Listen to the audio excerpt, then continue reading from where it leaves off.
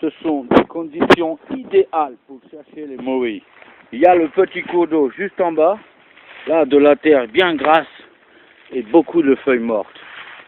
Un peu d'arbres qui correspondent. Je pense qu'on peut trouver des morilles dans le coin. Il ne faut pas perdre espoir. Le plus important quand vous cherchez les champignons, c'est de ne jamais baisser les bras et avoir l'œil vif et affûté.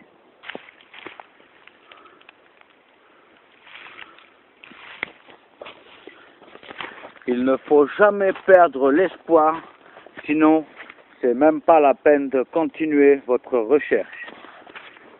Dans la forêt, beaucoup de choses peuvent se cacher. Parfois, on ne les voit pas et ne les entend pas. Et c'est pour ça qu'il faut être très vigilant lors d'une sortie champignon. Parfois, la tâche peut s'avérer beaucoup plus difficile qu'on ne peut l'imaginer des fois. Il faut toujours bien regarder et ne jamais perdre le fil. Car si vous perdez le fil en pleine forêt, comme ça dans la montagne, ça peut être très dangereux. Et il ne faut pas se déplacer trop vite, car l'eau peut devenir un gros problème dans la forêt. Voilà le cours d'eau en question. Je sens que ce coin est foutu.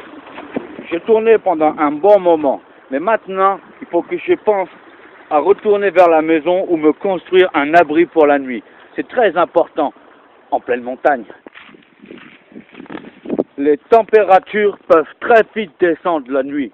On peut aller de plus 20 degrés à moins 15 en période comme celle-ci. Voilà, verdict. Après 2 bonnes heures où j'ai dépensé beaucoup d'énergie pour trouver les champignons, je n'ai rien à manger pour ce soir. Il va falloir que je me rabatte sur d'autres denrées alimentaires qui se trouvent ici, dans les bois, dans la forêt. J'entends des petits oiseaux. Qui dit oiseau dit la terre. Je suis dans les bois. Donc je vais peut-être pouvoir fabriquer un arc ou quelque chose de tranchant ou pointu pour pouvoir manger ce soir et reprendre des forces. Je commence à entendre des drôles de bruits. Vu que je n'ai pas encore fait d'armes, je vais courir vite parce que c'est pas rassurant tout seul dans la montagne quand on est perdu. Voilà, c'est bon. J'ai trouvé de quoi me défendre en cas d'attaque. Mais il va falloir que j'utilise de l'énergie, mais c'est pour rester en vie. Allez, je me dépêche. La nuit commence à tomber. Je suis complètement perdu dans la forêt. Faut jamais se perdre dans la forêt. C'est très important lors de la survie.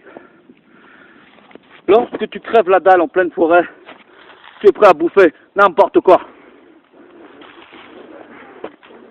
Voilà. Après plus de 10 heures de marche sans manger et sans boire, je commence à flipper pour du frais. Donc je vais arrêter tout de suite de filmer, car je vais faire un gros feu pour signaler ma présence et crier très fort comme une gonzesse. Alors je ne peux pas filmer, c'est assez humiliant pour un survivant comme moi. Au revoir.